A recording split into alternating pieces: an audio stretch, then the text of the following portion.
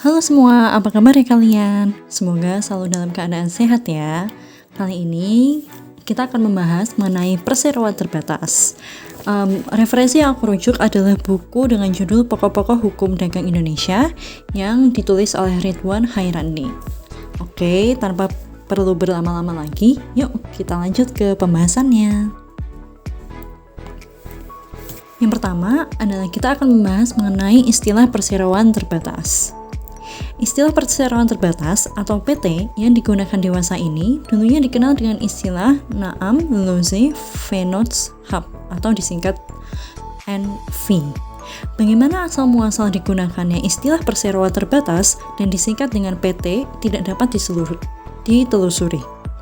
Sebutan tersebut telah menjadi baku di dalam masyarakat, bahkan dibakukan di dalam berbagai peraturan perundang-undangan. Misalnya, Undang-Undang Nomor 40 Tahun 2007 tentang perseroan terbatas, yang mana sebelumnya diatur dalam Undang-Undang Nomor 1 Tahun 1995 tentang perseroan terbatas dan Undang-Undang Nomor 8 Tahun 1995 tentang pasar modal.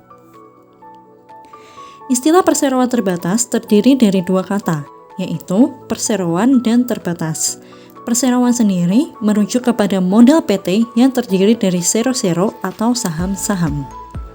Kata terbatas merujuk kepada tanggung jawab pemegang saham yang luasnya hanya terbatas pada nilai nominal semua saham yang dimilikinya. Dasar pemikiran bahwa model PT itu terdiri atas sero-sero atau saham-saham dapat ditelusuri dari ketentuan pasal 1 angka 1 UU PT, yaitu perseroan terbatas yang selanjutnya disebut perseroan adalah badan hukum yang merupakan persekutuan modal, didirikan berdasarkan perjanjian, melakukan kegiatan usaha dengan modal dasar yang seluruhnya terbagi dalam saham dan memenuhi persyaratannya yang ditetapkan dalam undang-undang ini serta peraturan pelaksanaannya. Penunjukan terbatasnya tanggung jawab pemegang saham tersebut dapat dilihat dari pasal 3 Undang-Undang Perseroan Terbatas yang menentukan bahwa pemegang saham perseroan tidak bertanggung jawab secara pribadi atas perikatan yang dibuat atas nama perseroan dan tidak bertanggung jawab atas kegiatan perseroan melebihi nilai saham yang dimilikinya. Nah, istilah NV yang dulunya digunakan pasal 36 KUHD secara literal bermakna persekutuan tanpa nama atau disebut juga anonymous partnership.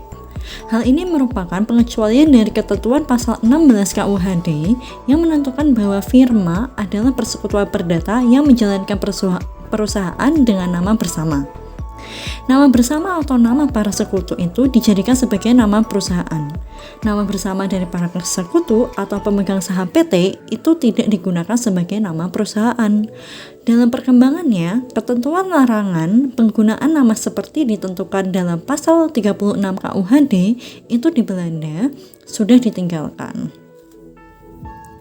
NV dimaknai sebagai badan hukum yang didirikan dengan penyerahan saham terbagi dalam model dasar di mana pemegang saham tidak bertanggung jawab secara pribadi terhadap kerugian yang diderita perseroan kecuali hanya sebatas modal yang disetor. Di Perancis digunakan istilah société anonyme. Hukum Perancis lebih menampilkan anonim. Di sini yang ditonjolkan adalah ketertarikan badan itu dengan orang-orangnya. Di dalam hukum Inggris, PT dikenal dengan istilah limited company. Company memberikan makna bahwa lembaga usaha yang diselenggarakan itu tidak seorang diri, tetapi terdiri dari beberapa orang yang tergabung dalam suatu badan. Limited menunjukkan terbatasnya tanggung jawab pemegang saham dalam arti bertanggung jawab tidak lebih dari dan semata-mata dengan harta kekayaan yang terhimpun dalam badan tersebut. Dengan kata lain, hukum Inggris lebih menampilkan segi tanggung jawabnya.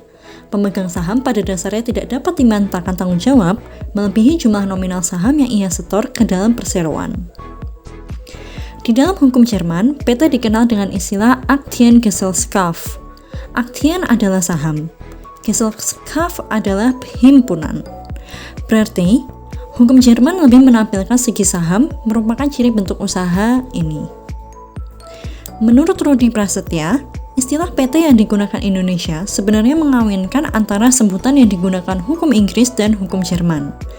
Di satu pihak ditampilkan segi zero atau sahamnya, tetapi sekaligus di sisi lain juga ditimbulkan segi tanggung jawabnya yang terbatas. Definisi otentik ditemukan dalam pasal 1 Undang-Undang dalam pasal 1 angka 1 Undang-Undang Perseroan Terbatas. Pasal ini menyebutkan bahwa PT merupakan badan usaha yang merupakan persekutuan modal yang didirikan berdasarkan perjanjian melakukan kegiatan usaha dengan modal dasar yang seluruhnya terbagi dalam saham. Dari definisi ini dapat ditarik unsur-unsur yang melekat pada PT, yaitu yang pertama, PT adalah badan hukum. Yang kedua, PT adalah persekutuan modal. Dan yang ketiga, didirikan berdasarkan perjanjian. Yang keempat, melakukan kegiatan usaha. Dan yang kelima, modalnya terdiri dari saham-saham.